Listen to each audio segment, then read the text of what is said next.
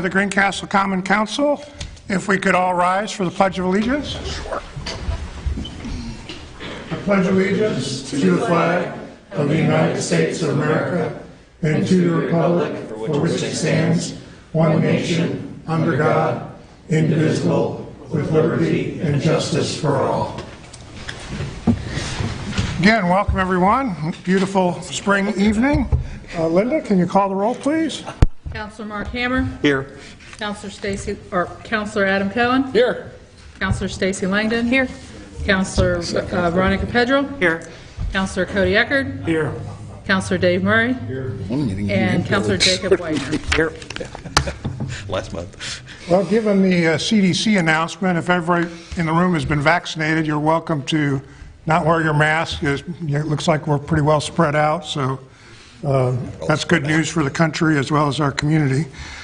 Our first item of business is public petitions and comments, and we do not have any listed, but if there's anybody in the audience that would like to make a comment about an issue that's not already on the agenda, we'll gladly hear that now.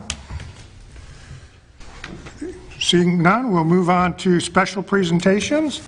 We have two this evening. Our first one is the DePaul Management Fellows Group. And Jake, this has been your project. Would you like to introduce the team? Yes, absolutely. So tonight, Paige, Grant, and Peter, I'm sure you all can kind of wave and introduce yourselves to, will be giving us a little rundown of some research they've been doing for a Management Fellows kind of capstone project. They reached out to me probably about 4 or 5 months ago, something along those lines, and I was also a management fellow at DePaul, so I was happy to partner with them, and we've had a couple meetings with some city councilors and tasked them with doing some research, helping us figure out how we can better engage with our public and get more just engagement outside of these council meetings with our community. So I will turn it over to Paige and Grant and Peter if you... It was a pretty rough project. Right. It was a tough one. Yes. So we do thank you for all your work and look forward to hearing some of what you found and some thoughts for us. Of course. Well, thank you so much, Jake, for the introduction. So I'm Paige. I'm a junior. We're all juniors. I'm in the Management Fellows program. So for our senior course, we had the opportunity to partner with a local business, and so we all chose to work with the council. I know for myself, as a junior, still have a year left, was honored the opportunity to help the community and further get connected to what's going on outside of DePaul. So our whole goal was to help provide solutions to further more effective communications with your constituents. And so I know that I will begin with a proposed solution to a current method of communication, and Grant and Peter will provide further. So in our analysis, we first want to propose some changes to the YouTube channel. So I know that I personally struggled to find the YouTube when I Googled it. In searching Greencastle, Indiana City Council, I found one from 6 years ago and other town hall meetings. So we thought there was definitely an opportunity to rename the YouTube channel and the videos, simply providing a date to the videos, in addition to a brief summary within the video. Action items would have been very helpful. So some immediate action items would be to rename the channel, in addition to add descriptive titles and details. That way constituents can easily see what it was about and otherwise. Further, some additional steps that I saw, potentially some summary videos would be very helpful, just a 5 to 10 brief minute video of what happened. So if every council member would potentially want to switch off, we thought that would be interesting for constituents just to see like a high-level overview of what happened in the meeting. So that was kind of what we saw as some opportunities to further edit the YouTube channel and how that's used currently for communications. Just a quick side note, the gentleman that helps us with the video, Greg Steffen, who's Yes. a member of the DePaul faculty, handles our YouTube channel. Okay. Awesome. Well, he's probably listening in the back room. I was going to say, I'll have to reach out to him and let him know. What would you call it? What would you call it Call what? if we renamed the channel? I don't even know what it's called now. It's currently called GCA3. So I would say that even just Greencastle, Indiana, or Greencastle City Council would be very helpful.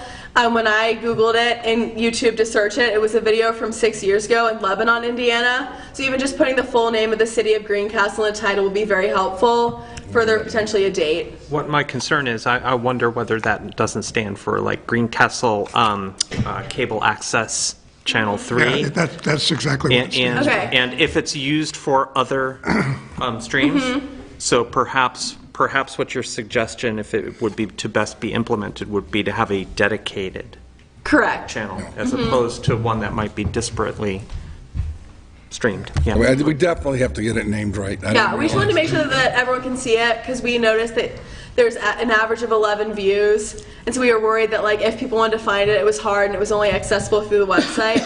So potentially creating a new channel and renaming would be helpful. You realize that this crowd tonight is probably bigger than our entire sum for the last year. 11 views Yeah, doesn't surprise me. completely understand. Very good. Yes. We'll work with Greg on that. Yes, I'll hand it over to Grant. All right, hi everybody. My name is Grant Tyson. I'm also a junior management fellow.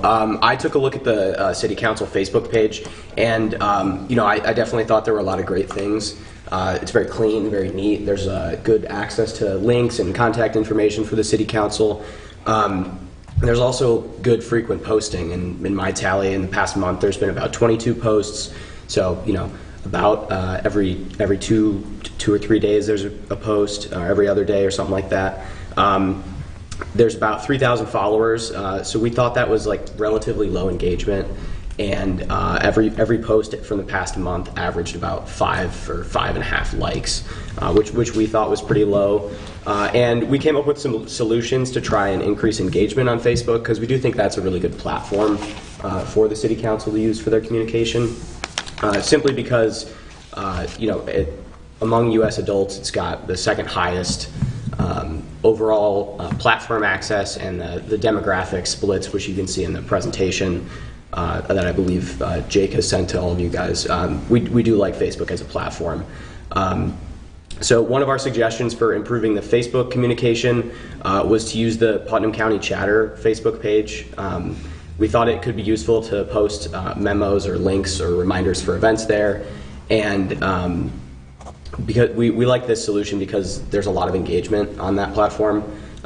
There's over 9,000 active members, so we think while it's not just people from Greencastle, that there would be a broader audience there, and it's immediately accessible because the platform's already established.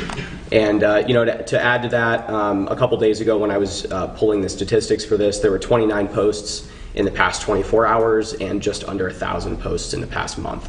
So there's a lot of people on there, and it's pretty active as well. We also thought it could be helpful to create some sort of Facebook group for the Greencastle City Council along with the Facebook page. We thought this could be, some sort of small-scale replication of what Putnam County Chatter is, and it'd be a good place for you all as city councilors to be able to interact with constituents, in a readily accessible and easy manner. So those are sort of the two proposed solutions we had for the Facebook page. If there's any questions, I can field those now, or I can go to my next recommendation. Just a couple of side comments. Yeah. We've actually grown our followers. We've about doubled our followers in the last several years. And given the number of households in the city limits, I don't realize there's other people outside, but 3,000 compares favorably to the number of households in the community. And then lastly, we use that Facebook page for everybody across the city, not just city council, but Okay. my office, Linda's office, and our departments. So it's kind of a citywide group. Yeah. And then our Parks Department also has their own Facebook page to promote our park program, and they've got maybe a couple thousand. Rod, how many followers you got on your Facebook page? I don't, maybe 2,000. Yeah, so there's another group there that's out there as well. So we agree. We find it pretty useful to get the word out, and it seems like, given our available staff time, we don't have enough staff time to do Good the platform, cost Pinterest and effective. Yeah. all the other stuff. So we've kind of put our eggs in that basket, at least for the time being, but we appreciate the comments. Yeah. You said Facebook was number 2. What's number 1? Number one's YouTube. Is what? YouTube. One of the issues we'll run into with like a back and forth chat, and we can talk about it later, Lori will explain it, is if somebody posts something, we can't ever take it down on like another, because we're a public entity.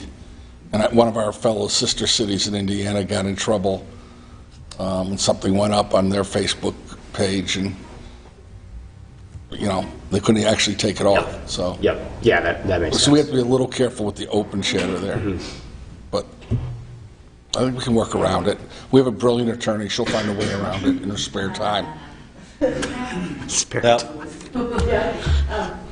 I was, when you said that Putnam Chatter might not be a bad idea for No. our Parks Department to put some of its programs. The broader audience. Yeah. I've We wouldn't be already, bound the then report by that you anything, sent out this right? afternoon, I've already sent to our public relations person. awesome. That's one of the Yeah. things we're going to talk about. If she can feed things into that Putnam Chatter, and so it's posted there and not on ours, that may be useful. So that's very helpful to You make think that boosting recommendation. our post would help? You know, we I think pay to so. boost it? You mean just posting more frequently? No, I mean, maybe you don't. So on Facebook, with some other groups I'm with, you can pay very inexpensively to boost your post, like $50, boost it for 3 days, and that's how it forces it onto your feed. Got it. We have, Well, basically, you can do it different ways, but what it means is, Adam, for some things like, we'll do a post probably coming up here for park passes and things like that. We do boost those to try to get them out. it's really cheap and easy. You just, You choose your demographics. you choose your demographics and you choose the length of time, so you can either boost people that are already your friends, or you can boost people that Facebook thinks would friend into you.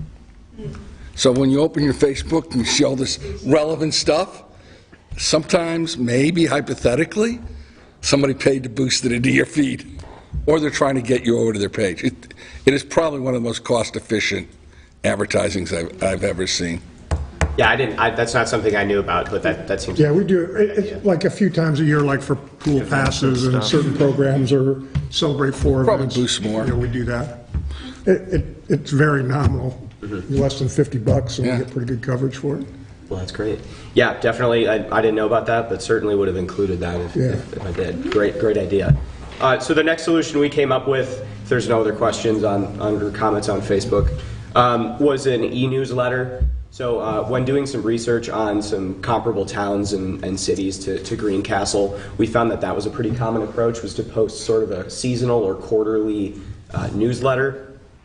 In the presentation, we took a screen capture of the Wilmette, Illinois website where they post their newsletter. What we really liked about this is, they basically publish and distribute a newsletter. They call it the Communicator. There's 3 regular issues, and they also do some like special issues if there's a big event coming up. And they basically highlight village activities and events and talk about some of the city council meetings and highlights from that. It's about 8 pages. We really like their website. It was very organized. There's the current issue is right up front and center, and then they've got readily accessible the historical ones. So they started back in 2014. So they've got probably a dozen or 2 of those newsletters, and all the historical ones are posted there. As far as contents go, it includes a high-level overview of city proposals. It's a very easy to read and condensed format. It's only 8 pages, so we think that keeping it short and sweet will lead people to actually read it more. And it also highlights upcoming events, any action items for constituents, and as I mentioned, they post it 3 times a year with some occasional special issue ones. And we thought that could be a pretty good solution 8 for pages is pretty the long. city council to communicate some of its programs out. Great suggestions, If great. you were given an 8-page paper by your teacher, would you consider that long or short? What was that? You consider that long or short? I'd consider that pretty short. Wow, okay. I'm sitting here thinking about writing 8 pages. I figured Photos. 8 pages 3 times a year, I would read it. Okay. Yeah. I'm just giving you grief. Yeah, they also, I forgot to mention, they also have a link where you can sign up to get it directly into your email inbox when it posts, so that would also increase engagement there. And I assume it would have topics, and so if something didn't interest you, you could just move on to the next one. Yeah. So you wouldn't have to necessarily read all 8 pages. We'll have to go look at it Yeah. tonight. Wilmanette? Wilmette, Illinois. Wilmette. Do you know if they're using any manner of CRM, customer I'm not sure. relationship management I'm- software like MailChimp or anything for their managing their mailing? I would imagine they probably do, but I'm not sure off the top of my head. Yeah, anything that's going to involve subscribing to email newsletters sounds like that's going down that pathway. It's not expensive. It's just It's just more administrative overhead on that front end. But it's actually not that, I mean, we use it in recruiting, it's not, it's pretty, I mean, I can do it. Nominal. It's nominal, it's pretty dummy-proof, because I can do CRM-type stuff, so it's pretty easy. All right, that's all I've got. So, Peter. Thanks. So thank you everyone for having me today. My name is Peter Skaluba, so I'll jump right in. So some of my suggestions that I thought would be helpful is the DePaul Media Fellows Program has interns that go out for a full semester, 40 hours a week. It'd be interesting for you guys to partner with them, provide them an opportunity to stay on campus, stay connected with their friends, and come in here and work for you guys. I know sometimes salary and budgeting issues can occur, so with our school, we actually provide stipends for students to work for government jobs, nonprofits. We currently have someone at the prosecutor's office doing an internship for the semester, so we thought that'd be kind of an interesting opportunity to explore, since I know you guys don't have like a very robust public relations staff like cities like Detroit or Chicago. And any questions there before I kind of jump on? That's a great idea, thank you. Okay, and then my other suggestion was data is becoming a much bigger deal these days. So one option that we explored was Zen City, which is an application that is used by small cities like Blue Ash, Ohio, which is 13,000 residents. So you guys could also take advantage of that. And what they do there is that they aggregate and anonymize like all the resident discourse on different social media channels and help you guys look at what residents are talking about, whether it's about the local fire department, whether it's about some Second Amendment issue or free speech issue, things of that nature. So you guys can kind of stay in touch with all your constituents, what they're saying online. I know there could be data privacy concerns there, but they do anonymize it, and they do work with smaller cities that have smaller budgets, and they all work all the way up to Chicago. The other cool thing that they do is that they create surveys, and when we looked at a case study, which I attached in the presentation, they work with Decatur, Illinois, which has 70,000 residents, and when they work with their CARES Act funding allocation, they're able to get 1,700 people to fill out the survey, which is a pretty sizable amount, and they were able to allocate their money equitably and efficiently to all their sources. Yeah, we're definitely going to look into that. I appreciate that coming in. You see Blue Ash? Blue Ash, Ohio. I know where that is. Are you a Buckeye? No, I'm an Illinois kid. Okay. Yeah, that Zen City was, when we discussed this before the meeting, it sounded interesting to kind of, because I think we have our conversations in this building, and we only hear what we hear, but there is a lot of other chatter out there, I think, that sometimes doesn't make it to us, and I think it's important if we can get access to some of the other conversations and data that are going on out there, aside from banner graphic comments and those type of things too, which I think are important to take into consideration, despite sometimes they're not the most productive comments. I think that the more information we have is better. So I was particularly interested in this Zen City and taking a look at that. So we also, some of the other things you mentioned in your report, like sending out letters and things, we have done that on certain occasions, depending on what the nature is. Like you mentioned the water rate increase. We were required to send out letters to all of our customers under state statute, so we did that. We had some community cleanup stuff going on. Letters went out for that. And we also have the ability to put little messages on our water bills. We got a little message box. It's about 4 lines, but we'll add a couple little things, and some people read it. A lot of people don't even bother to open their bills, but we try to, if we have opportunities like that, because there's no extra cost for that, and then we do have the ability to do inserts in our water bills, and we've done that a few times a year, right, Linda? Mm-hmm. And the cost of that is pretty nominal too. So we're, as you know, we're kind of a low budget operation, so we try to stretch our nickel as much as we can. But you guys did have a lot of nice information in the report, and like I say, I shared that with the person that consults with us on public relations, and so likely there'll be some things that will come out of that report that we'll implement over the next year or so. And we'll get with Greg Steffen and on our YouTube channel stuff, because he kind of manages that for us. So all good suggestions. Appreciate your time, and I'm sure council may have some other questions, but thank you very much. Yeah, we'll be monitoring our emails, and Jake, if there's anything any questions come up, happy to help and answer those. Absolutely. We appreciate the opportunity to help. It was a great honor to help with communication, kind of look into what's going on and what can be implemented in the future. I'll be honest, I was a little leery when I first met with you, like what you could come up with. But, the truth is, and I'm saying this to the mayor, I mean, we have to, when we talk about not having young people involved, everything they outlined here is low cost, and I'm sitting here as a coach of recruits going, I should have thought of every one of these. And most of these would cost us, I don't know anything about Zen City, but I know that if we set up a CRM, a contact manager, I shouldn't admit to this, but like we use one in athletics with our recruits, I can monitor all their social media because it automatically loads it and we just get a printout. Now, I have that function turned off, but just for the record, and so does your baseball coach, I think.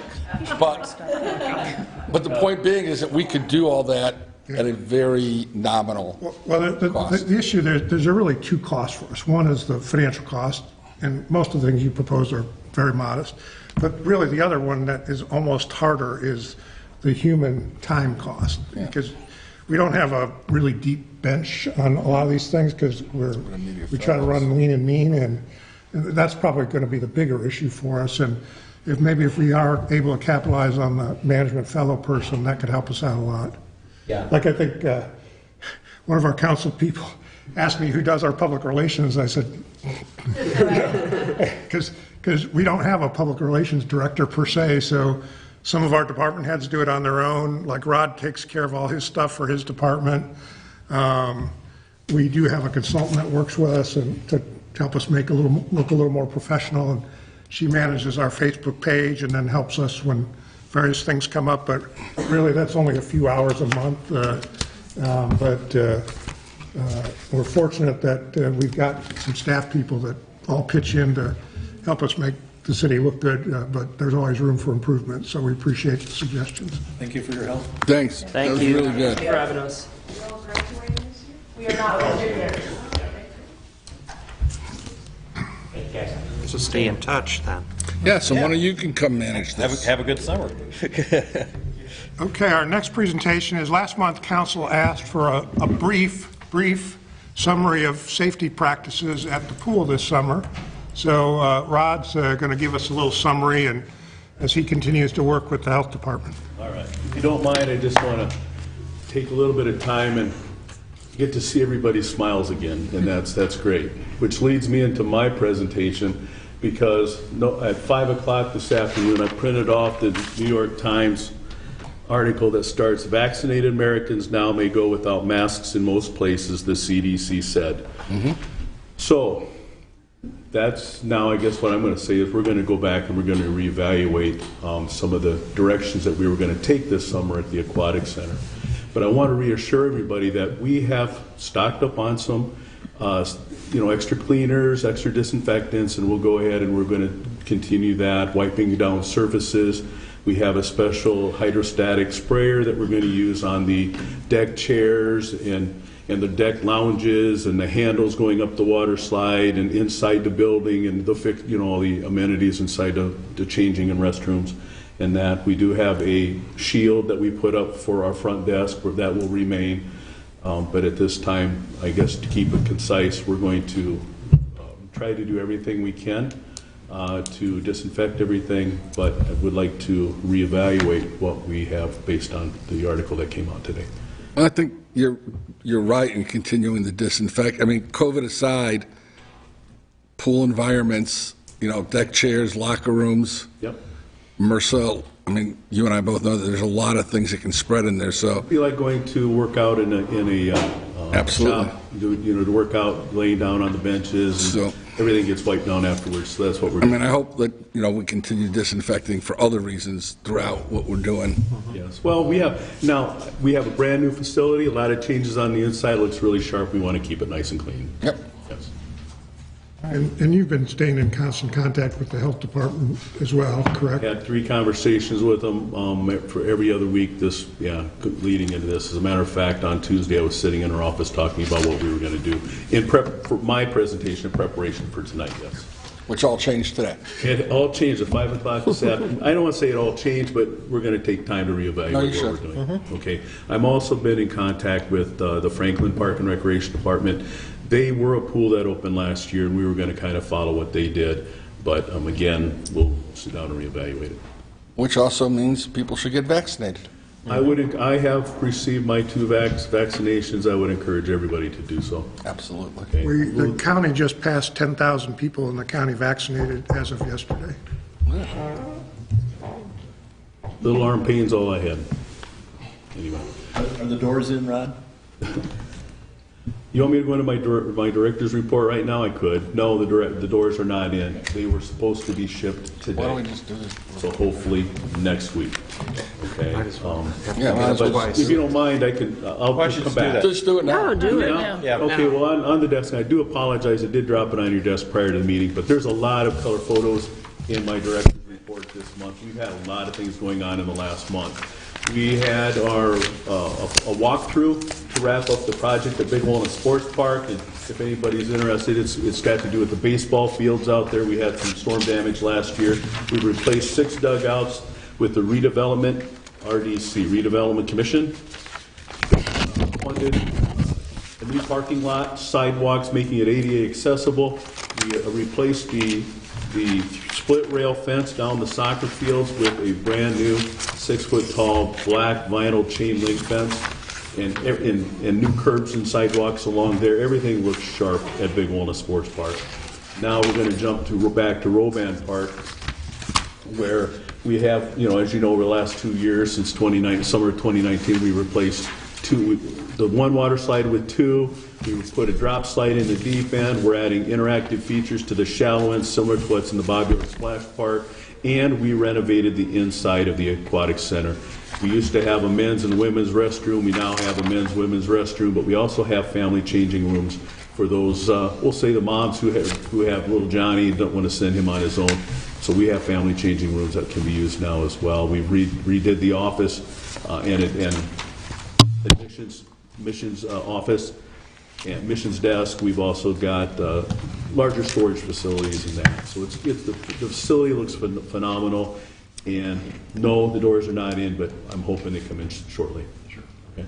Big Walnut Sports Park looks really good. I drove out there today. It is. You can see it. It Yes. looks excellent. And matter of fact, about 4:30 this afternoon, I had a phone call from an older person, but she wanted to know who funded all the improvements, and I hope she will contact you. But yes, I had a chance to talk to her about Big Walnut Sports Park, Roban Park, the Aquatic Center.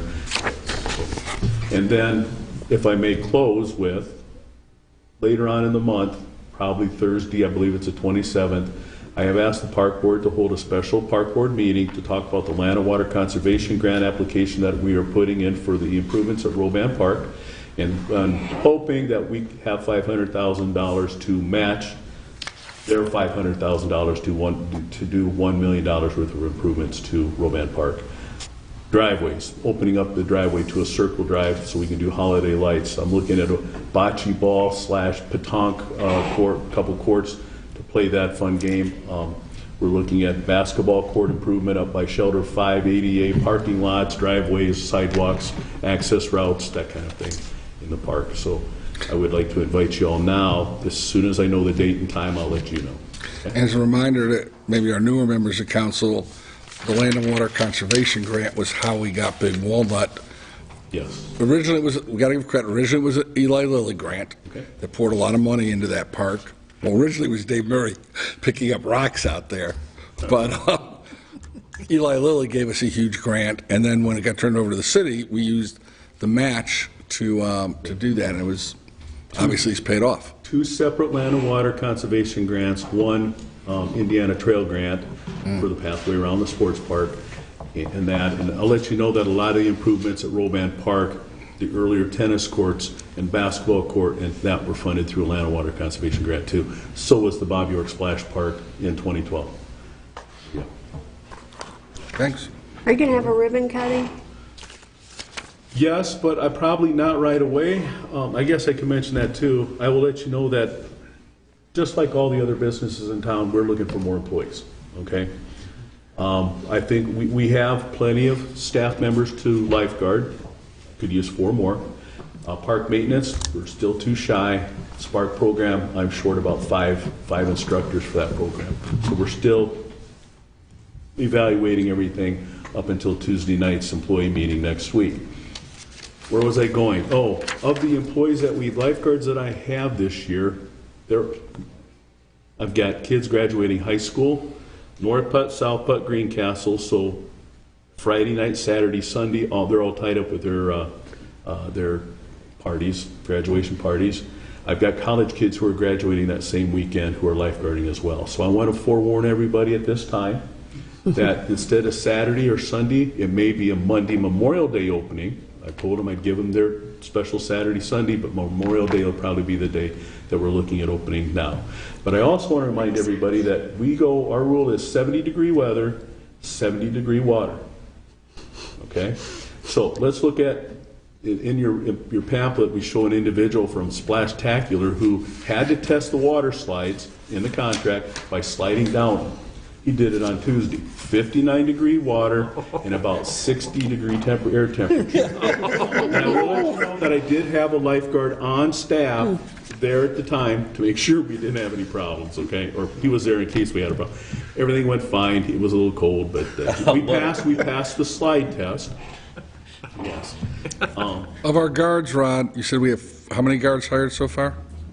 We were hoping to have 22. I've got 17 lifeguarding bodies, which include our 2 assistant managers. And how many of those are either current high school students or about to graduate high school, do you know? 17, I'd say probably 13. So, okay.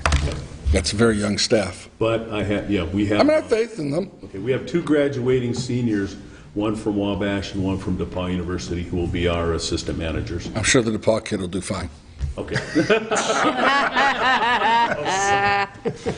Yes.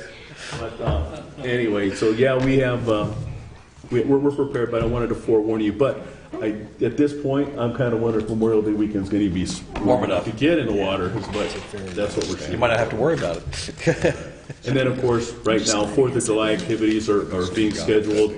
We will hold the Micro Kiki 5K road run, the Firecracker Fun Run, and the Pancake Breakfast will be held on Saturday morning, July 3rd.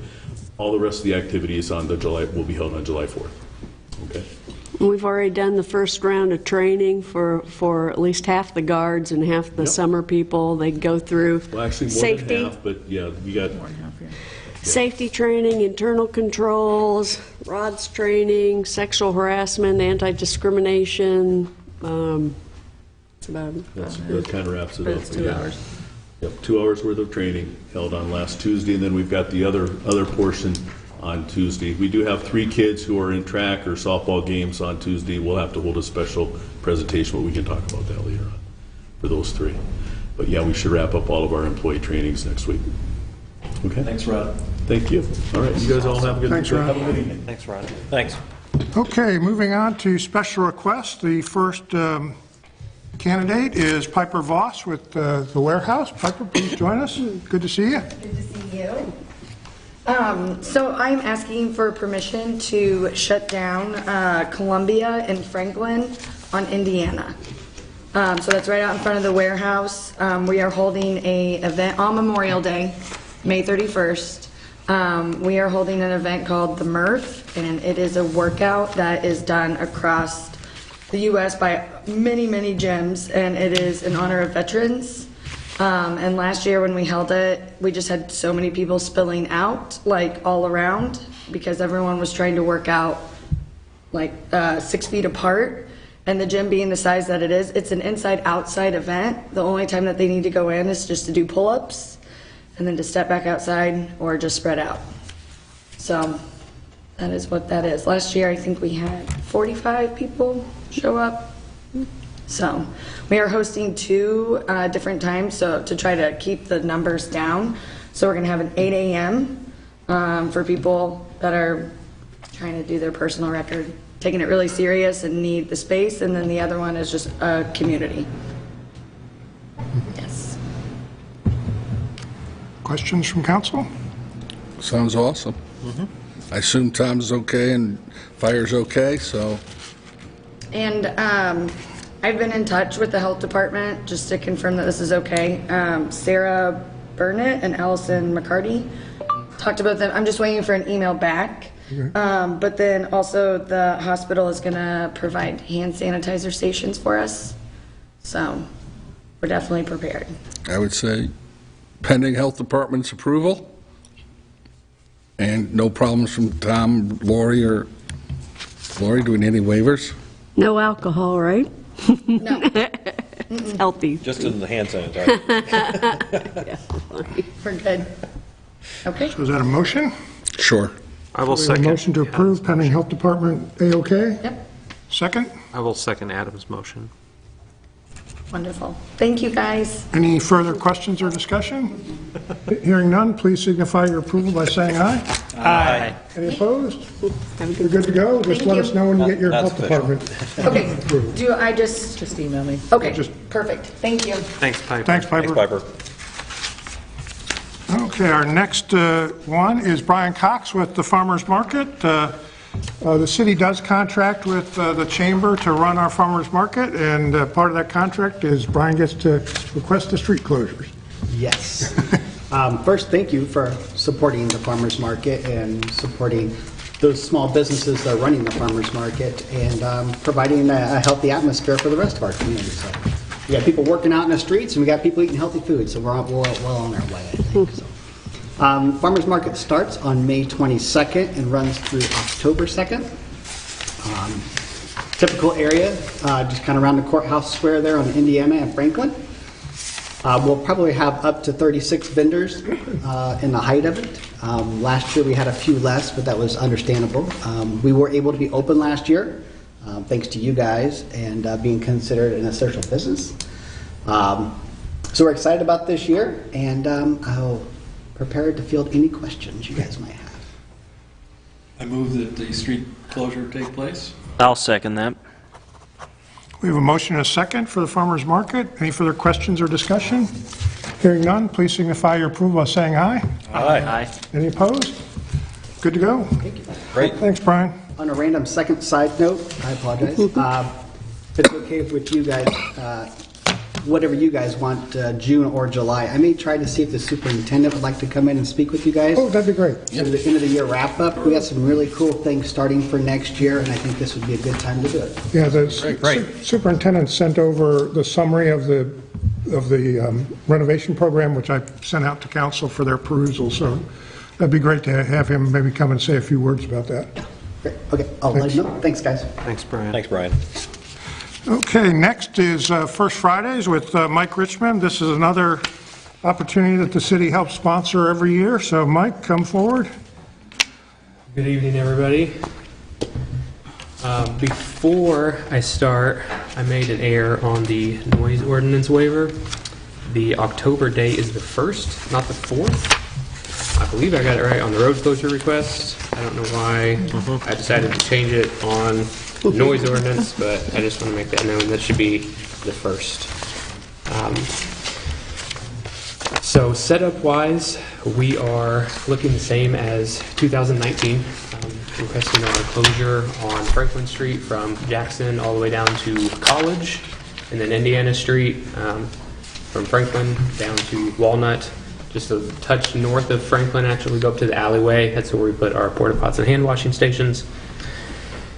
And the event is hopefully going to look like it did a year and a half ago. 3 bands, 3 live stages, 3 beer gardens, plenty of vendors. We've got some changes. We've got an approved health plan, which we should have. I've been working with Allison on that. Improve what? I'm sorry to hear you. So we've got an approved health plan. Okay, I'm sorry, I just Been didn't working hear with you. Allison. We are going to take a couple additional steps as well. In the past, we use the parking spots downtown as kind of our vendor slots. We're going to space them out this year and just provide an extra space in between. We are getting 2 hand washing stations donated from Baker Septic this year. They're nice enough to do that for us. And then working with Brooke over at the hospital, we're going to get some additional hand sanitizing stations. all communication with vendors and all of our marketing materials going to suggest masks and hand sanitizers at all the vendor booths. One thing that's going to look a little bit different on Indiana Street this year, we're not going to have any additional vendors. That's normally where we have the majority of our congestion at. So it's just going to be the extended floor plan and the beer garden from Moore's. And then we'll have our tables and chairs socially distanced. We're also going to pull the tables and chairs from the sidewalk in front of Scoops and move those out, hopefully to encourage people to kind of sit in their little pods and sort of clear up the sidewalks and provide a little bit more space for people to move around. The other additional thing we're going to do, and this is at Allison's suggestion, anywhere where we form major lines, we're just going to take some duct tape. That way we can easily stick and peel when the event's over and kind of mark that initial 6 foot back from the booth, just to kind of show social distancing. Probably at the porta pots and all of the vendor locations, I would assume. And I believe that covers our additional health concerns. It was painful to say no last year, so with great enthusiasm. The street closures for First Fridays. I think we should probably have an agreement like we do with the other, whenever there's alcohol involved with the street closures, we usually have a contract with the group that's responsible. Okay. But I can get in touch with you on that. And we'd be happy to oblige. So how about I second Dave's motion with the addendum that they have to get all the alcohol stuff cleared by Lori and the health department signs off, if Dave accepts that as a friendly amendment. Sure.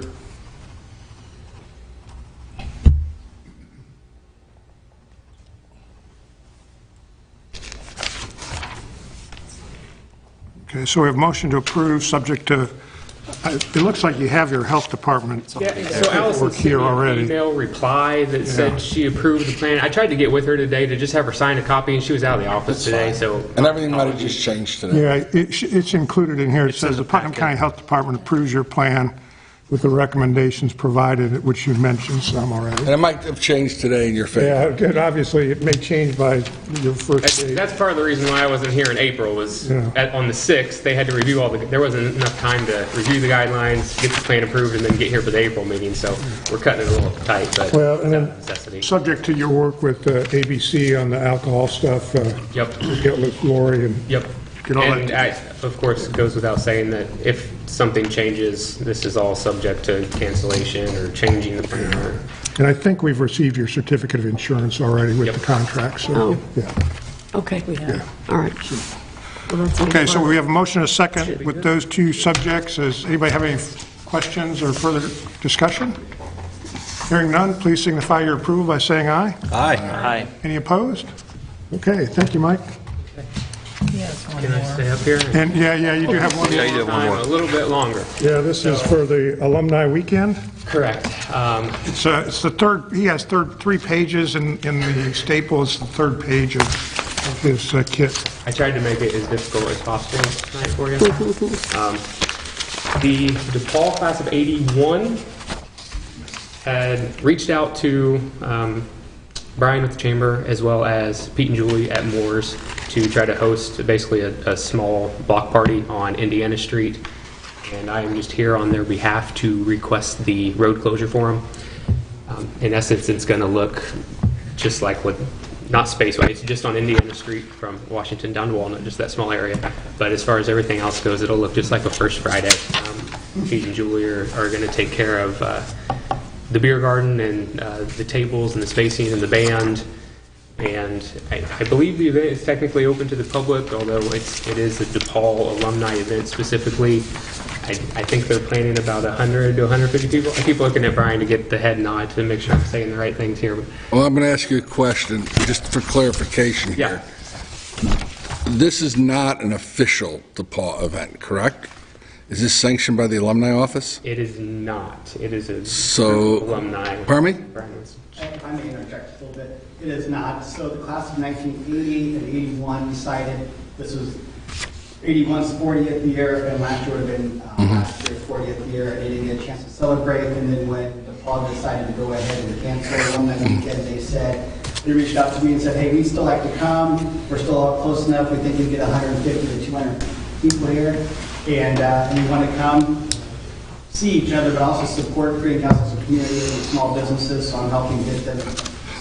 All I was saying is I think it's just important that we not put DePauw's name, because unless DePauw's signing off. So to me, it's like, alumni class reunion from DePauw or something, because DePauw has its own rules and stuff. I don't know. I can't speak for the development office how they would feel about their name. Maybe just to say something, there's no marketing or promotion or anything that's going on with this. This is just a group of those alumni that have reached out to... I have no problem with it. I just don't want, I don't know. I don't know what I'm saying. Who's going to be the responsible party that's going to sign and provide the insurance? Holding the bag. Yeah, who's going to hold the bag when something goes Sounds wrong? like Moore's. Moore's? Or do we know? Well, so ultimately they're the one with the floor plan and the alcohol permit and booking the band, so They'll have to provide all the insurance and everything for us. I'll talk to them then. They'll have an issue doing that. Probably not. I mean, they're used to our contract. They've done it before. I just think in advertising, we need to be careful. We're not doing any. Yeah, or their advertising. I mean, we just need to think about how we're phrasing this with DePauw's name. Is that the same weekend as the alumni weekend? There is no alumni weekend this year. We're not doing it again this year? Okay. Nope. So that's why. Call them Wabash alumni and then we can say. They're gone. Yes. I like that. And maybe Veronica and Dave think I'm overreacting to the use of the name. I don't know. I'll stand corrected if I am. I have no objection. I have no objection. I don't know.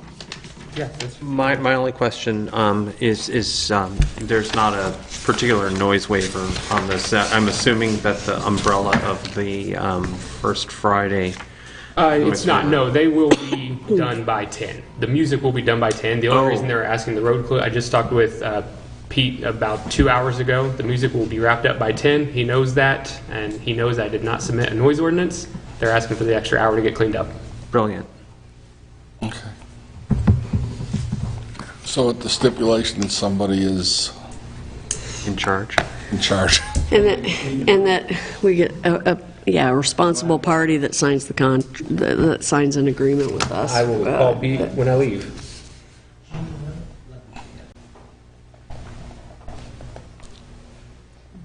Okay, do we have a motion to approve subject to responsible party and contracting? I don't want to make. I'd love I to make. move to approve the street closure for the informal gathering of the DePaul alumni class.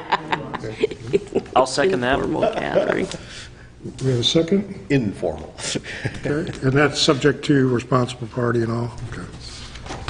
Any further questions or discussion? Hearing none, please signify your approval by saying aye. Aye. Any opposed? Any abstentions? Okay, well, we'll let you work it out with Moore's and Lori and all the contracts and We'll get it things. cleared up tomorrow. And, I know they've got the insurance and Who stuff. made the second? No. Jake? Jake? Yeah, Jake, second. Okay, thank you. Monday. We'll do Monday. Okay. Thank you all very much. Appreciate it. Thanks, Mike. And if Moore's doesn't step up, it'll just be canceled. Okay. And next is Susan Lorimer from Greencastle Presbyterian Church. And Big Bounce Funhouse. Welcome. Thank you. Good to see you again for the new start of the new year. Yes, yay, I'm so excited. And appropriately following First Friday, we're here to talk about Second Saturday. So we at Big Bounce are so happy to be getting back to work and seeing smiles, and our phones are ringing, and life is good. Wanted to talk about being able to give back to our community as we've done in the past and doing these Second Saturdays. Second Saturdays have been focused on families and kids and together time. And boy, oh boy, over the last 2 years, has it grown, has it grown, has it grown? And then, of course, last year, we stopped it for many reasons, as we all did, right?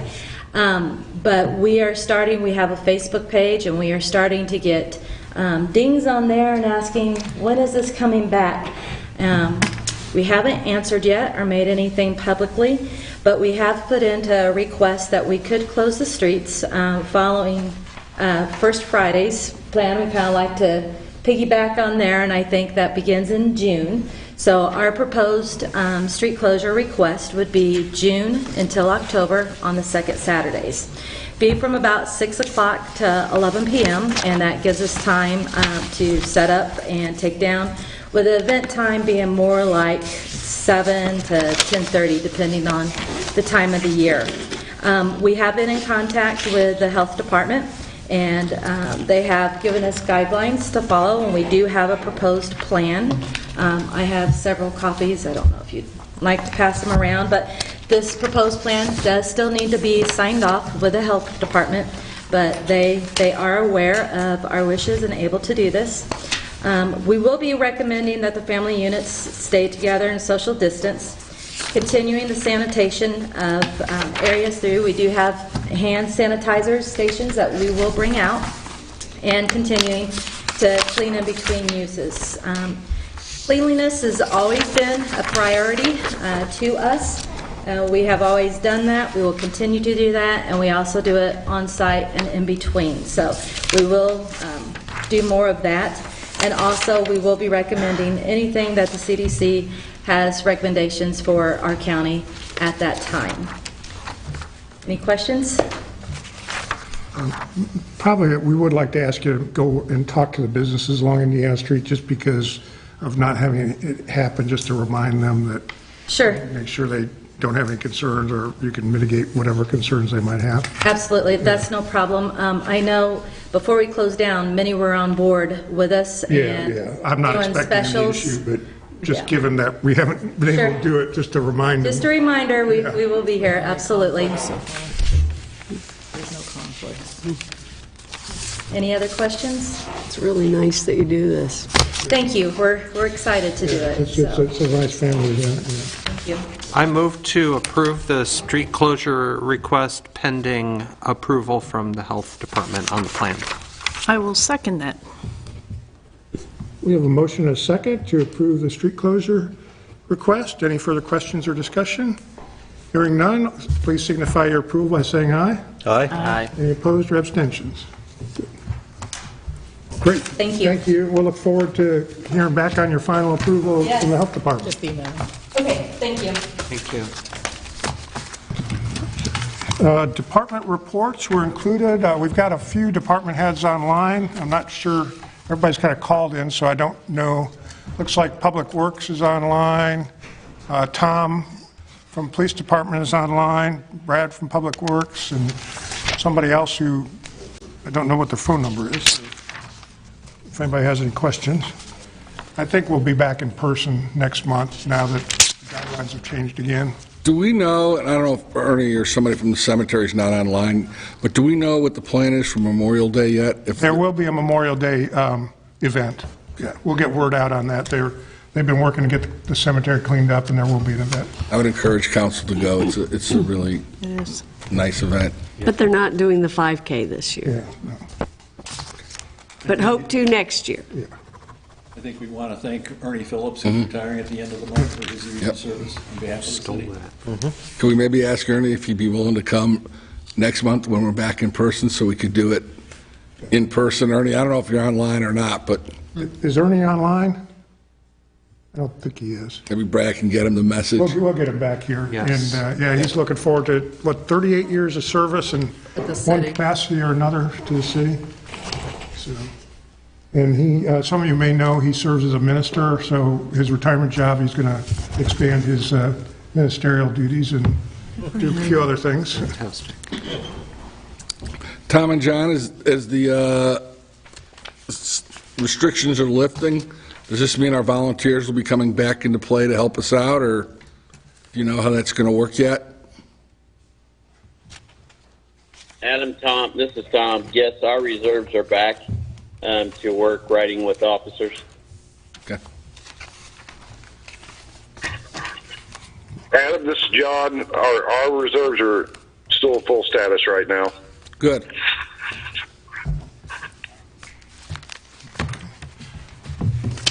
We do have an open position in the fire department, and John will be bringing 2 candidates to Board of Works next week for interviews so that we can fill that position. One of our folks has joined the,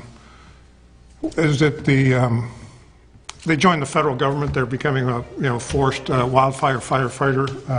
They'll continue to live here in Greencastle, but they'll work 6 months of the year out in California fighting forest fires in our national parks. So, okay. Any other questions for our department heads? Okay, department heads, you're free to go, but you're always welcome to stay with us and listen in, but otherwise enjoy the rest of your evening. A couple of quick things. I did contact the Community Foundation regarding the Rokiki Scholarship. There's still a few of us that have to get over there to make the donation. So far, they've collected $900.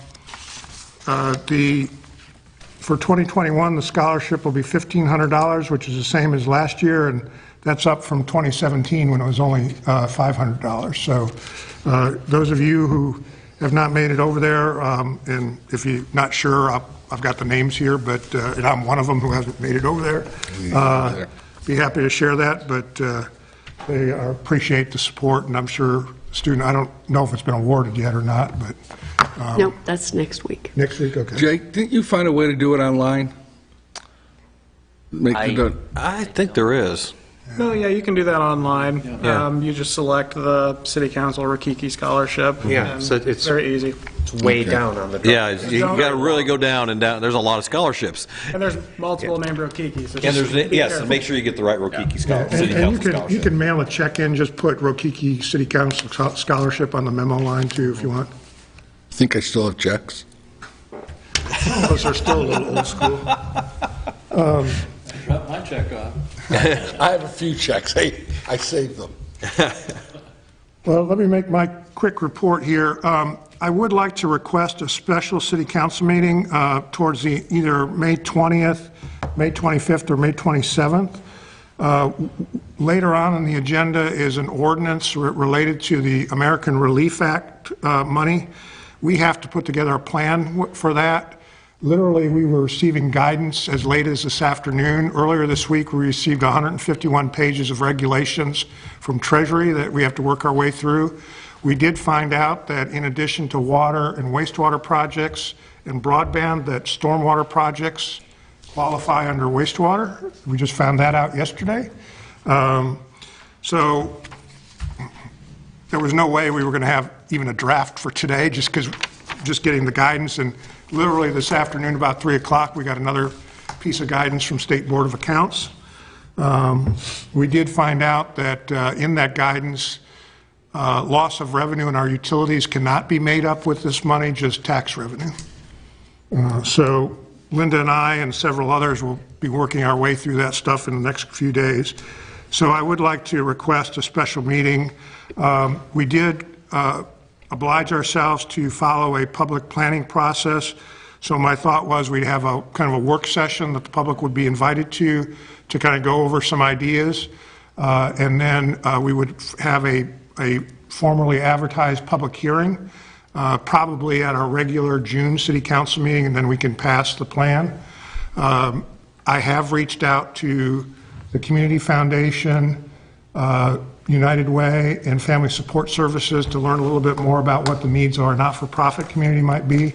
I've also reached out to the Small Business Development Center, and they have, we've got a lot of money going to the small business community. We don't have a lot of depth of technical assistance, so they've presented a proposal that we might do some technical assistance, and that may be a partnership we do with the county. So we'll have several ideas to talk about. I've had some conversations with the county, about potential partnerships as well. And all this is obviously subject to your desires, the community's desires, and what the regulations will allow us to do. What were those dates again, Bill? The 20th, 25th, or 27th. I can't do the 27th. I can't do the 20th. So I think it's the 25th, maybe. I was going to say probably ought to go later if we can, because things keep changing. Yeah, you get more information. I'm not even certain. And we can revise the plan, but at least now I think we've got enough, we can make some decent decisions. But the plan can be amended if we need to.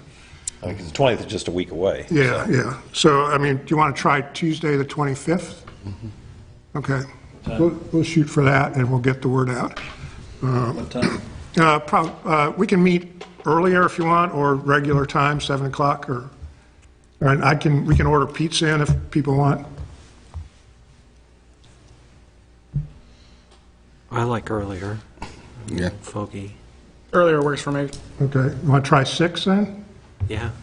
Or earlier than that? 5:30? 5:30? 5:30? 5:30 is fine, too. Yeah. So 25th or 5:30. And I will be sending out, there are some Q&A sheets that provide an explanation. We'll get that out to you ahead of time, so you've got at least a little bit of foundation. We're not going to ask you to read the 151 pages. Give us the cliff notes. Reader's Digest.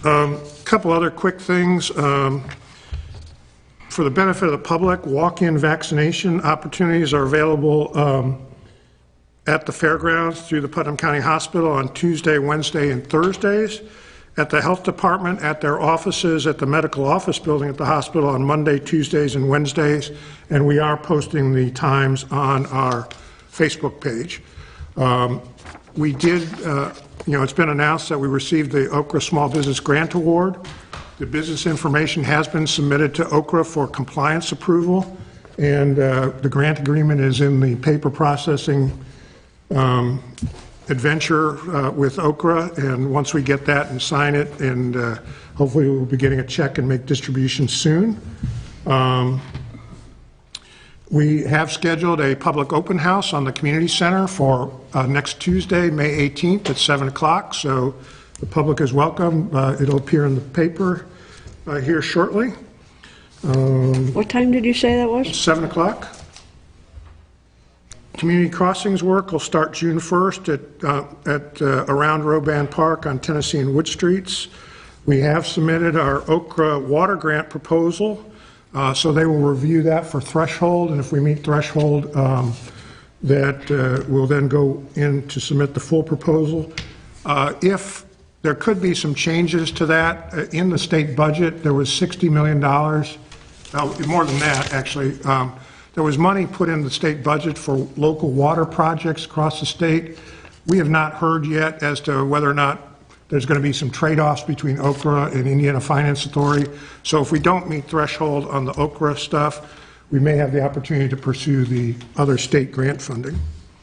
Kristen Clary and I are meeting with the IAC plant manager next week. Work One is already engaged to help those folks seek new employment opportunities in our region, and there are plenty of job opportunities out there right now. So hopefully those folks that want to transition to a new opportunity will be able to do so fairly quickly. So that's sort of the quick highlights for this evening, given our agenda. So I'll be happy to answer any questions.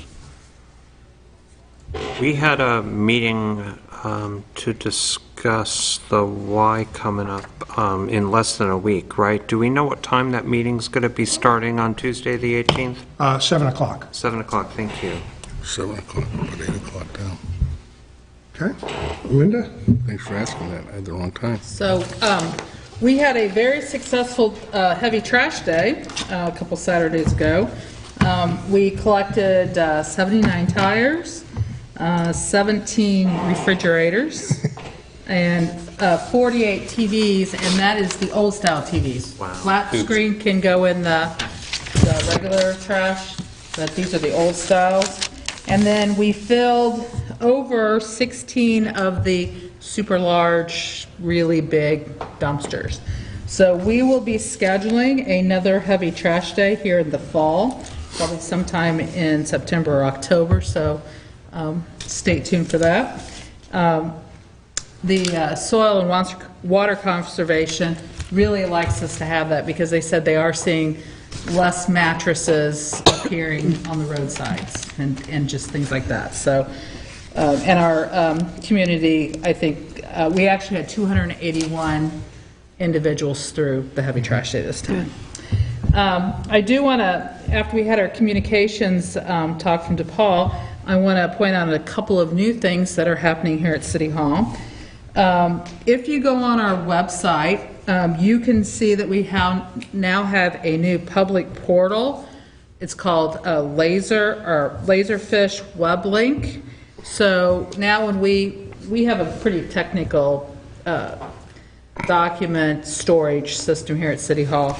We now scan all that information in, and it automatically appears to the website. So ordinances, resolutions, minutes, agendas, all of that, as soon as they're scanned in, signed, scanned in, they immediately appear. So we have a new public portal for that, and we'll be adding to that here as time goes.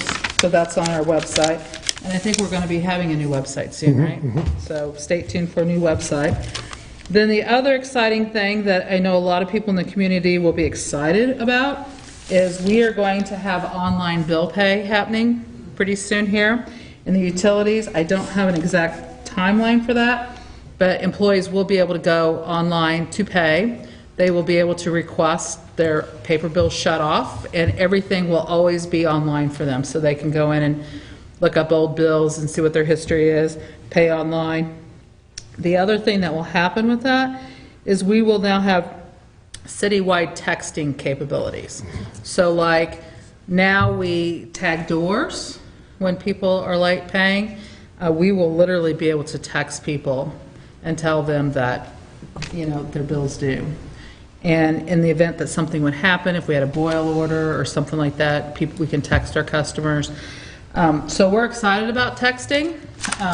So we're kind of moving up with, and I think that was one of the suggestions they had, was being able to text. So we are going to have that capability here in the city, and also along with that is we're also going to be able to email all of the pay stubs and things like that. So then pretty soon you won't be seeing those on your desk anymore.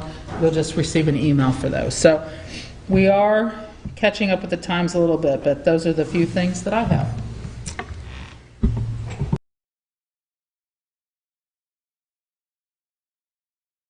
Large expenditure on Zinc Mill Road to Voight's Contractors at $144,960.35. And we also sent Spiker a check for $6,144 for sidewalk work. And with that, I'll move that the claims be approved. I'll second that. Motion. Are we done with Voight's? Was that the retainage? I think that was the I final think that bill. was the last one, or there might be a small retainage one left. I think that's pretty much it. Yeah. though. Okay. We have a motion and a second to approve the claims as presented. All those in favor, please signify by saying aye. Aye. Any opposed or abstentions? One abstention. Stacy has to. There is a small amount left on Foyt's. Okay. Because they're doing some reseeding of some grass and things like that. I figured that was probably about it. Should be. And we have a... Thanks, David. We do have Stacy abstaining. Yeah. Okay, now we move on to old business. This is, the first item of old business is ordinance 2021-7, an ordinance approving the vacation of partial alleyway, 727 Main Street and 713 Main Street, located in the city of Greencastle, Putnam County, Indiana. This is second reading by title only. This is the alley down by the barbecue place in the south end. So I'll entertain a motion to approve ordinance 2021-7 on second reading. I'll make a motion, we approve ordinance 2021-7 on second reading. Second. That's good barbecue. We have a motion and a second to approve the ordinance. All those in favor signify by saying aye. Aye. Any opposed or abstentions? Okay, thank you. We'll get signature copies coming around.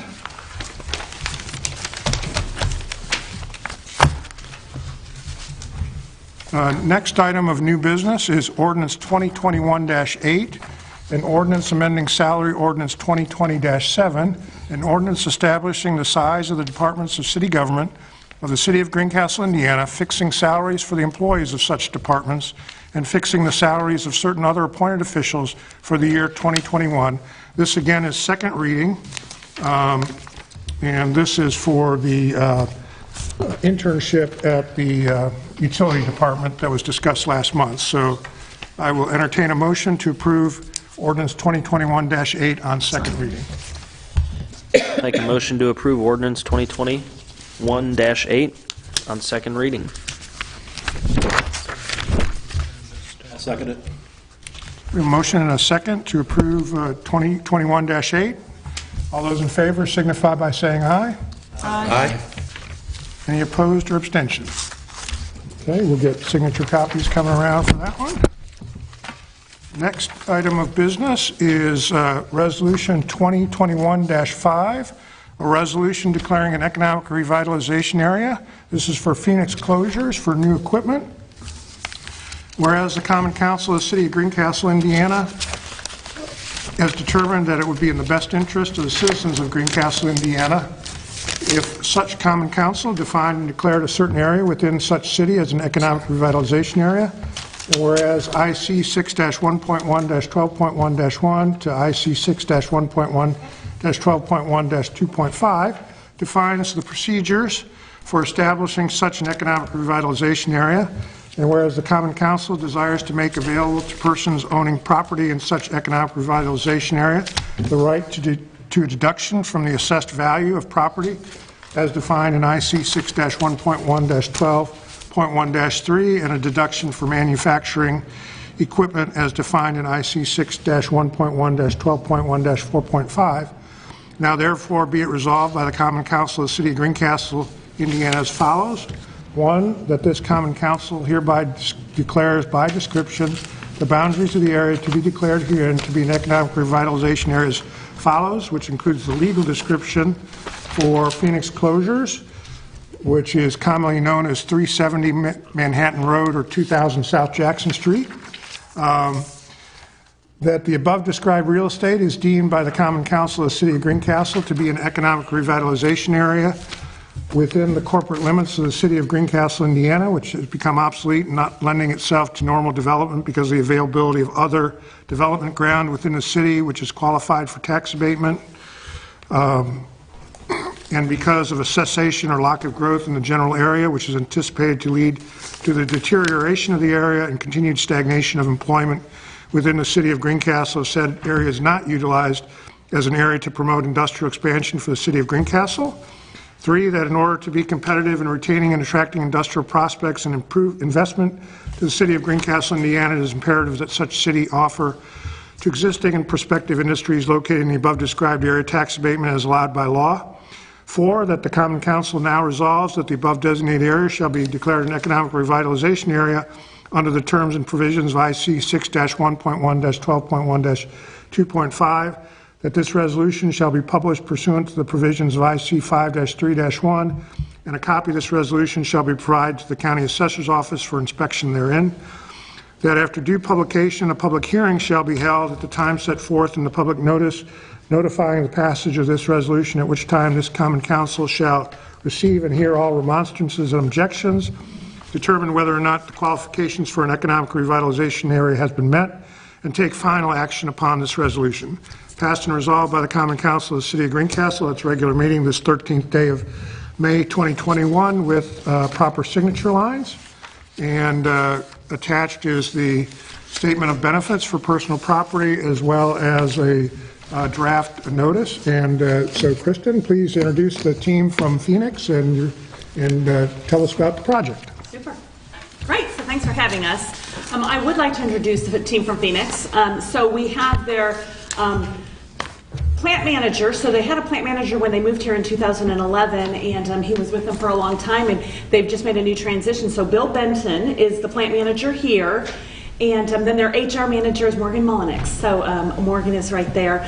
As some of you may know and may not know, Phoenix has been expanding in Greencastle. They wanted to expand even more, and we could not move Duke transmission and distribution lines behind them. So they also established a presence down in Bloomington. So Bill and Morgan both are also covering that plant. So they are wearing a couple of hats and burning up some midnight miles in order to cover both plants. However, they are again expanding in Greencastle. So you may not know, but Phoenix Closures is plastic injection molding, and they make lids, plastic lids for many, many things, mayonnaise jars, peanut butter, all kinds of things.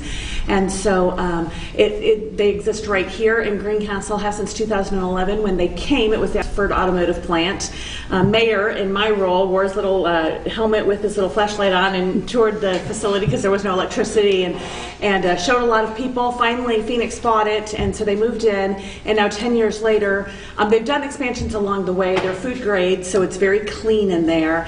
And so 10 years later, they are putting $6.8 million of new machinery and equipment inside their operations. So that is going to help them even modernize more. So on your SB1 that's included in your packet, it says that they had currently 119 employees.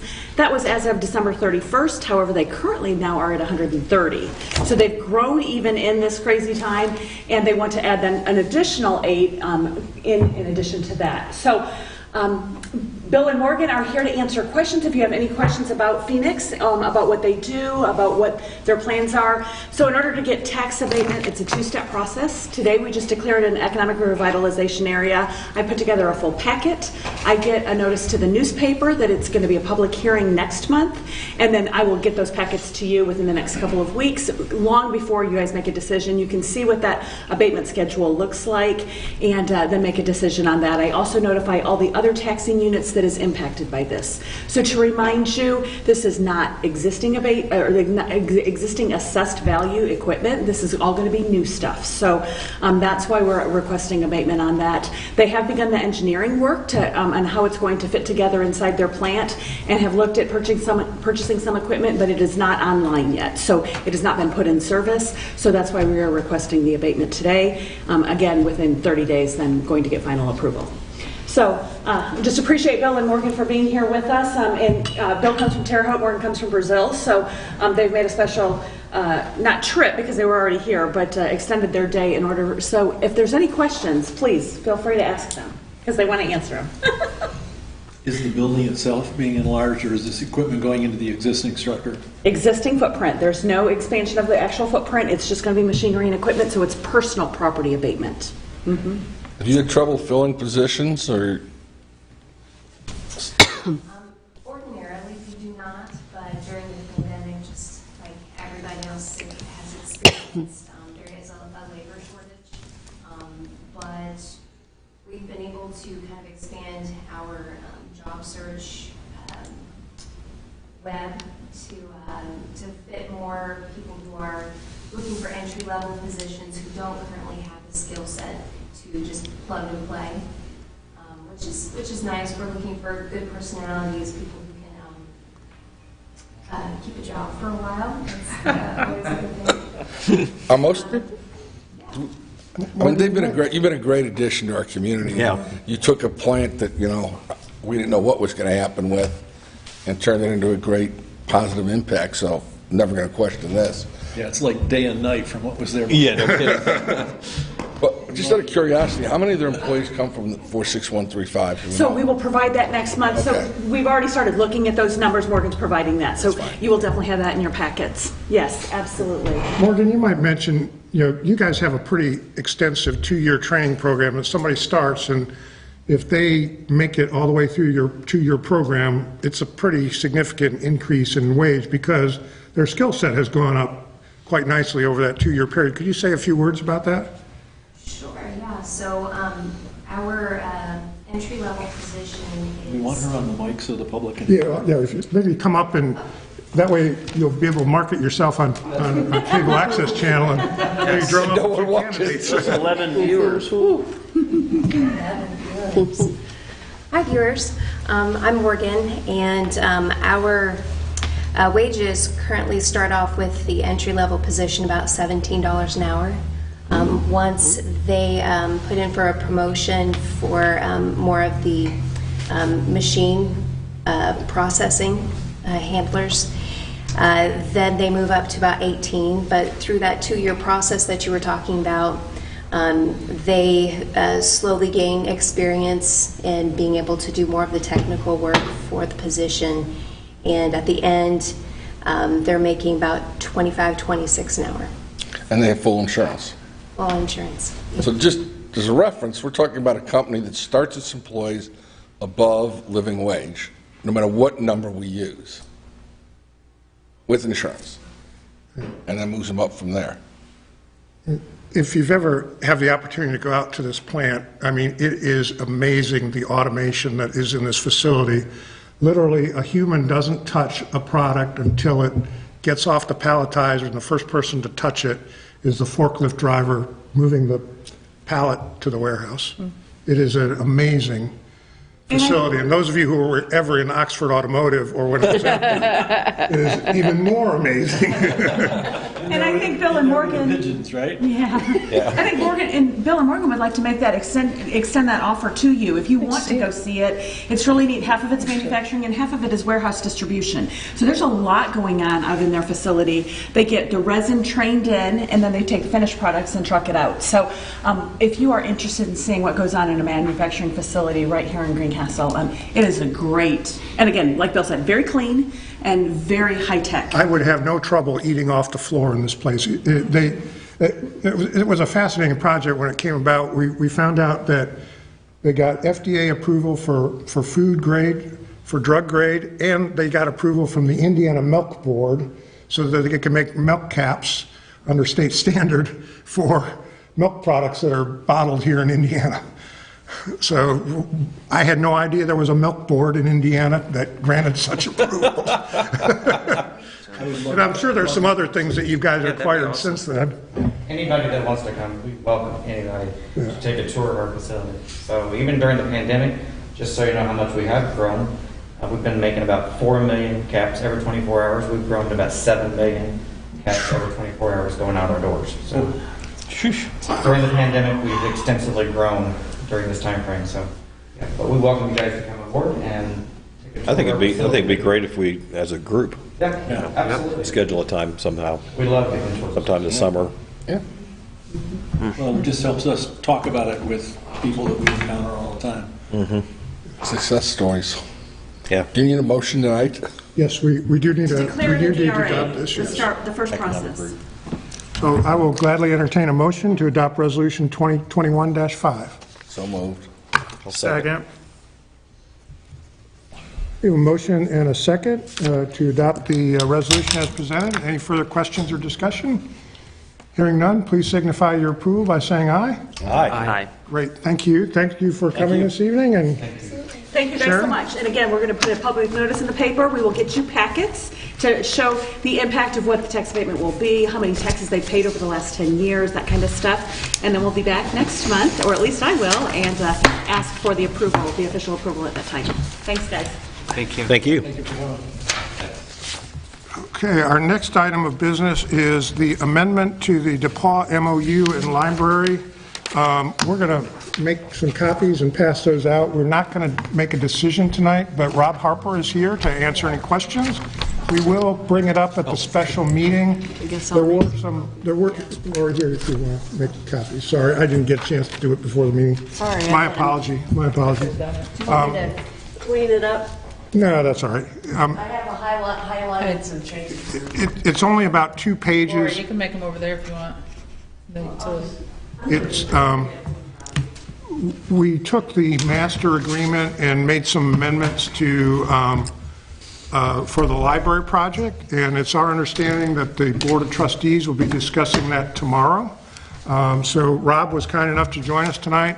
There were a few tweaks that we were working on the last few days to try to hopefully maybe even expedite the project. One of the things we did is we lengthened the work hours and also allowed for a little longer work day so that, you know, the library project, if it moves forward, they want to go at it quick to get it done so it's ready for the new students coming in. So, and if it gets done faster, that means less disruption to our neighbors as well. So, Rob, maybe you could just start off by giving an overview of what the plans are for the library? Sure. So my name is Rob Harper. I'm the Director of Major Capital Projects for the university. And to give you a little bit of backstory, the original MOU was created in 2017 when we were about to kick off several projects. The Residence Hall 1 project, the Campus Energy Master Plan, the Lilly Rec Health Center expansion, moving into Lilly Rec, as well as the College Street Hall removal. And so the library at the time was not even talked about,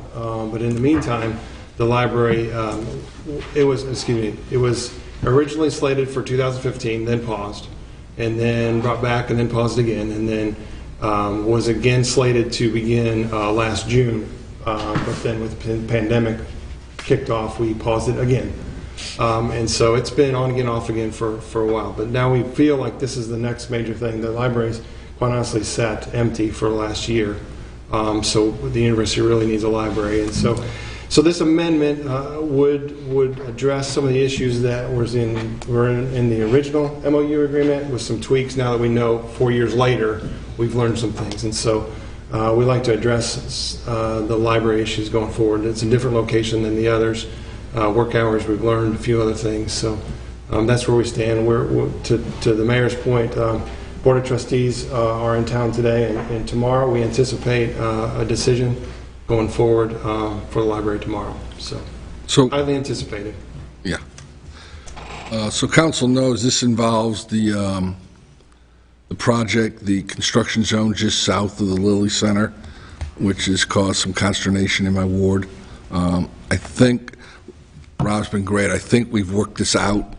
I'll be honest and transparent, I've been in a little bit of a bind. It's my backyard, it's my ward, and my employer all collided into one. But I did. What did you choose? I took an oath. I raised my hand, and I took an oath. And I think I've been reasonably brutally honest with the ball, but I also understand the pause problem. So when the project paused, kind of the whole MOU began to fall apart. The pause in the project actually would have made the land go back. Nobody envisioned COVID. What I do like about this is it puts a hard end date on the area. It has provisions for what will happen at the end of that end date. It does leave open if they decide to start with the dorms again, they could come talk to us. I'll be honest, I would encourage council at that point to move the project somewhere else. But it does give my neighbors a hard end date. It only got to me 2 days ago, and I have not taken it around in my neighborhood yet, which is why I really would prefer to table it tonight and bring it back so my neighbors have a chance to take a look at this. I feel like they haven't had as much input as they'd like. But, it is what it is. And the one thing is, I want to, again, because people will now go over our discussion this morning, the staging is really just leaving the gravel lot in the building there. You're not going to be moving the heavy trucks back into this area. So the noise part of this will move to a different location. And I think in terms of the neighborhood, there's the aesthetics and the gravel lot, but there's also the beeping early in the morning and late at night. Yeah, what Adam's referring to is that the construction trailer in quite honestly his backyard was essentially ground zero for the construction offices, and it was also a laydown space for material. Now the library is 2.5 blocks away. That space is just going to work primarily as an office space for the Messer construction team. Laydown space will be up in the library footprint itself. And so the noise issues that we're experiencing during College Street demolition and renovation for the parking lot, as well as RH1, or Res Hall 1, won't be happening in that area of the campus. So I feel like we've come to some better understanding based on some discussions and then what we know where locations are. So I think we're in a better position than we were.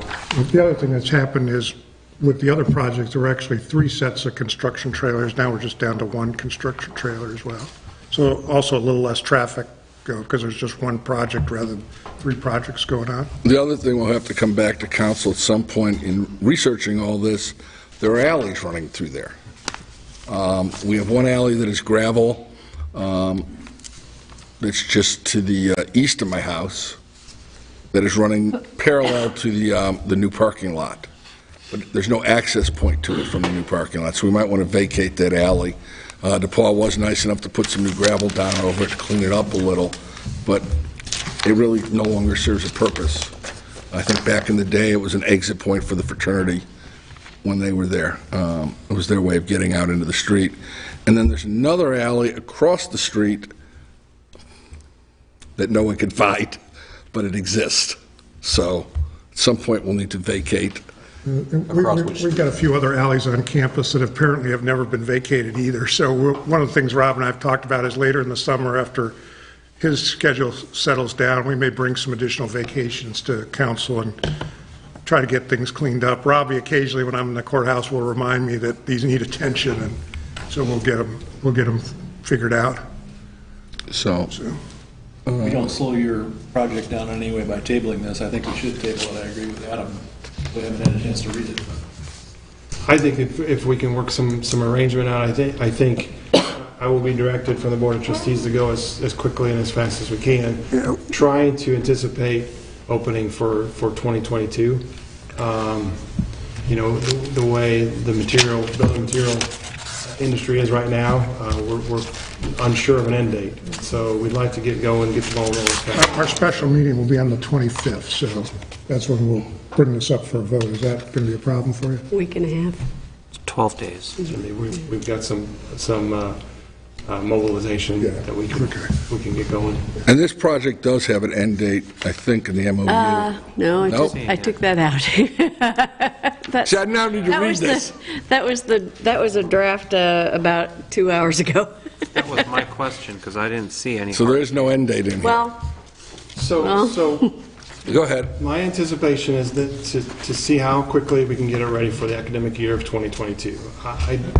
Given the situation with building materials, like I said, I'm not sure we can pull that off that quickly, but we're going to try to. So it would happen. We're anticipating sometime towards the end of 2022, but to give you a firm end date at this point, until we really get the contractors on board and really lay out the schedule based on the go date. I don't know if we can give you a true hard end date. They're going to run into the same issue we're running into with like the doors at the Aquatic Center, I think, at least in the short run, and that may impact their schedule. We can get together. I mean, I understand. So we'll get together. You and I can get together. And we'll quickly come up with something. Of an end date.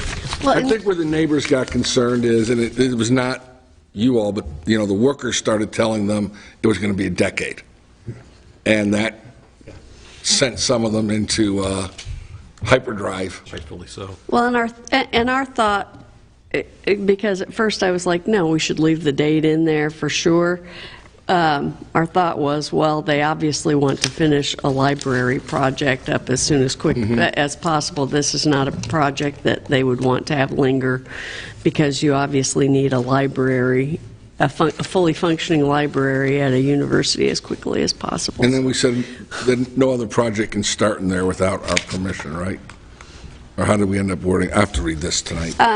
It says that the construction isn't going to be, the trailer isn't going to be used for anything else unless agreed to by the parties. Okay. I added unless agreed to by the parties. Cool. I'll read it again tonight. Then I didn't attach the attachments because I just ran that off really quickly for you all tonight. I'll send that to you, and I think a few of you weren't here when we did the original agreement, and it's a very long agreement. I can't even remember, 40 pages or something. So I'll send that to you as well. So you have the full. So what you sent before council, like I didn't get a chance to read, is that now what I have on my email? Is that the latest? If I were to take it to my neighbors? That is the latest. Can I get this electronically? Yes, I sent you the latest right before the meeting. So I can take that to my neighbors. That is that. And okay. Okay. The other thing we did is, at Rob's request, the normal working hours would be 8 to 5, but they've asked for 8 to 6 and potentially the ability to do 10-hour days, which would be 8 to 7.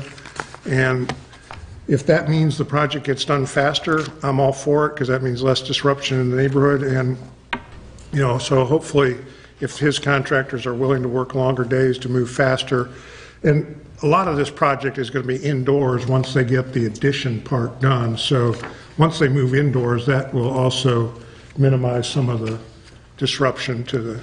And what we're going to do is, I think we're still going to do it, we're going to take a look at how far that noise, this isn't in my neighborhood, but it is in my district, how far that noise will travel into, whether it will hit Asbury Towers or not.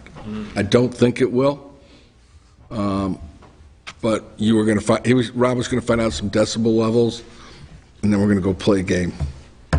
Typically, the most annoying thing are the reverse gear beepers on equipment. And that's really what we had the most complaints about with the rest hall construction, so. But we'll take a look at Asbury Towers. We'll have to get all this done in 12 days, but we will. And we did leave in a provision, like one of the things that happened at the rest hall, when the weather was really warm, they asked if they could start early in the morning for concrete pours so that, because of the stuff. We did allow that a few times. DePaul was very gracious. They went around to all the neighbors and, give them a heads up about the early start, and I don't know, that would happen, 2 or 3 times maybe at the most. But, sometimes the weather has an impact on the schedule, and we're trying to be flexible so that they can, get the work done and hopefully get it done quickly. And Cody, if you want to get with me, this actually sits literally at the edge into your ward. Got our crossroads between us. Yeah, it literally is across the street. So some of the people involved actually fall over the line. So, I've been going to them, obviously, but I just want to make sure you know that we are tiptoeing into your district. Appreciate it.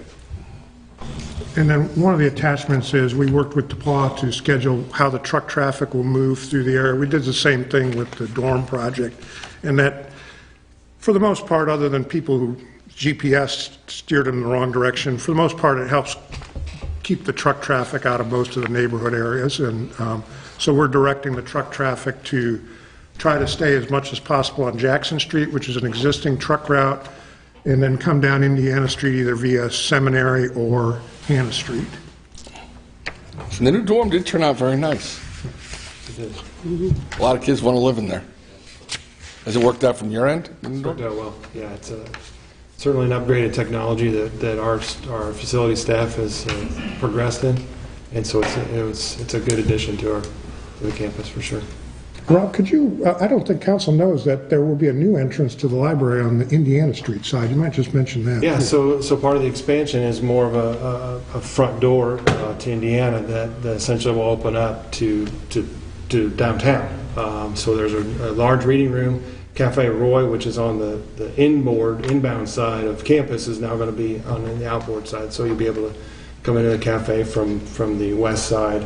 The expansion is a large curtain wall on the west side, and so lots of glass, lots of showcase of reading room, some really nice features to really expand what a library of the 2021 should feel like. So we're excited about it. I've seen some of the renderings, and one thing I've often complained about is the fact that sort of architecturally speaking, right, all the buildings along Indiana Street there have their backs turned toward the community. It's almost like they're just looking inward, right? This creates a more forward-facing and inviting facade to the community, and I welcome that. It'll be a great addition to Indiana Street. So. If there's something posted on your website, I haven't been on for a while, but if you got something posted, I'll send it out to City Council. So on the facilities management website, we will have that posted once we get the decision. Okay. Decision. Well, when you do, nice send it over and I'll forward it to council. Absolutely. Well, you had a long day. Yes, it's okay. We are excited for a decision tomorrow. Yeah. And our small business community benefits from this as well. Like I know Headley Hardware and Cash Concrete and some of our other folks will definitely see some opportunities here. Subcontractor. Yeah. Thanks, Rob. Thank you very much, Rob. Thank you. You've got my number. We can just get together at your convenience. Okay. Last item of business is ordinance 21-9, an ordinance establishing the American Rescue Plan Act of 2021 local fiscal recovery fund for the city of Greencastle. Whereas on March 11, 2021, the American Rescue Plan Act of 2021, ARP, was enacted, whereas the ARP provides in part emergency funding to state and local governments, and the City of Greencastle will be a recipient of that funding. And whereas the Indiana State Board of Accounts has provided guidance for funding recipients, now therefore be it hereby ordained by the Common Council of the City of Greencastle, Indiana, that 1, establishment, there is hereby established a fund to be known as Fund 176, the ARP Coronavirus Local Fiscal Recovery Fund. 2, sources of funding. The source of funding includes monies allocated to the city from the American Rescue Plan Act of 2021 and distributed to the city in 2021 and 2022. Uses of funding. The city shall appropriate and use funds in Funds 176 to cover costs incurred by the city up to and including December 31st, 2024, solely for the following purposes. A, to respond to the coronavirus disease 2019 public health emergency or its negative economic impacts, including assistance to households, small businesses, and not-for-profits, and or aid to impacted industries such as tourism, travel, and hospitality. B, to respond to workers performing essential work during the COVID-19 public health emergency by providing premium pay to eligible workers of the city that are performing such essential work, or by providing grants to eligible employers that have eligible workers who perform essential work. C, for the provision of government services to the extent of the reduction in revenue of the city due to COVID-19 public health emergency relative to revenues collected in the most recent fiscal year of the city prior to the emergency. The most recent fiscal year is 2019. To make necessary, and D, to make necessary investments in water, sewer, or broadband infrastructure. Prior to the expenditure of any monies from Fund 176, the Common Council, after opportunity for public input, shall adopt a plan which sets out the City of Greencastle's intended implementation and use of the funds. Amendments. This ordinance may be amended from time to time if additional guidance is received from any federal or state agency. Terms. The ARP Coronavirus Local Fiscal Fund 176, shall exist until terminated by ordinance of the Common Council. This ordinance shall take effect upon passage by the Common Council and approval by the mayor. Passed and adopted by the Common Council of the City of Greencastle at this meeting with proper signature lines. So this is the first step, and this is required by both the Feds and the State Board of Accounts. And then, as you know, we'll be talking about the plan at our special meeting. So, I have a question, Mayor. Sure. Is there any guidance from the federal government with regards to how we're defining essential work in this ordinance? I can't answer that because it may appear in the 151 pages of regulations that we received. I just can't answer that right now. I just know that the language that's in the ordinance is straight out of what we're required to include in the ordinance. They told us exactly what we needed to put in the ordinance and to set up the fund, and then how we implement it in the plan. That information is what is coming out now. So this is the first step. Well, not the first step. This is the next step. You have to set up the fund. To set the fund up. So but you can't use the money. We have to put the money in that fund. Yeah, and you can't use the money until you have the plan. Right. And then we're going to come back to this. This is what we're coming back to in 25th. And by the federal legislation, those are the items that you can use the money for, verbatim. So, well, almost verbatim. And where the stormwater fits in, even though it's not specifically mentioned here, is they define water projects and sewer project based on EPA water quality guidelines, and stormwater falls into those EPA regulations. And we literally just found that out yesterday. You know, it's an interesting question about an essential worker, but really I would define almost all of our city functions as essential. We'll try to find that out, literally. I guess I want to clarify, I've never been comfortable with essential work being defined by any government at all. So I want to kind of clarify that that's not our language as a city. That is just matching what is required by. Yeah. So. I expect we'll find a definition in there, but like I said, haven't had a chance to dig into the 151 pages yet. And I'm not sure much of this is going to go towards that sort of thing anyway, is it? I mean, really, we're going to have a lot of projects, I think. I'd like to make a motion that we approve ordinance 2021-9, an ordinance establishing the American Rescue Plan Act of 2021, local fiscal recovery fund for the city of Greencastle on first reading. Second. We have a motion and a second to adopt on first reading ordinance 2021-9. Any further questions or discussion? Can I make a comment about it? Yeah, go ahead, sure. One thing that, about this, that makes it difficult is we cannot transfer things from that fund over back into like the general fund or MVH. So whatever we pick that we're going to spend it for, all has to be spent out of that fund. So it's not like we can say, oh, MVH is short $100,000, let's just transfer $100,000 there. You can't. We would have to say, okay, what project did we want In MVH that is equal to this law that we need to be done? So that's what makes it really kind of tricky. Could we, unfungible, yeah. Could we, Yeah. I hated that word. Could we add, so let's say we wanted to do something out of MVH, out of this fund, and we were 25,000 short. Could we take MVH funds and add it in to finish the project? You can use two different pots, but that has to stay in that It fund. has to say, and I have to show where the money went out of that with a check. Right, I So, understand. Yeah, But we so can use two you can pots. have this and this. Okay. But we're only going to be able to spend what our loss is. Correct. And of course, we're not going to know what our loss is until that starts coming up, August, September, October, when we get 22 numbers, because right now we're not at really any losses. And we can't use water losses, as Bill said. So, but that's what makes this so tricky is if we decide that we're short in public safety lit, which we could be, we got to find something that covers that, but it's going to be spent out of this 76 fund. You can't transfer it. Got it. Makes it difficult. That's why you get paid the big bucks. Yeah, just remember I have this fund. So any further questions on this? And like I say, who knows, we could get additional guidance even after we pass this and may have to come back and do some amendments, but we'll just have to request your patience as this moves forward. So any further questions? All those in favor of adopting ordinance 2021-9, please indicate your approval by saying aye. Aye. Any opposed or abstentions? I move we adjourn. Okay. Thank you. Amen. Second. All those in favor of adjournment?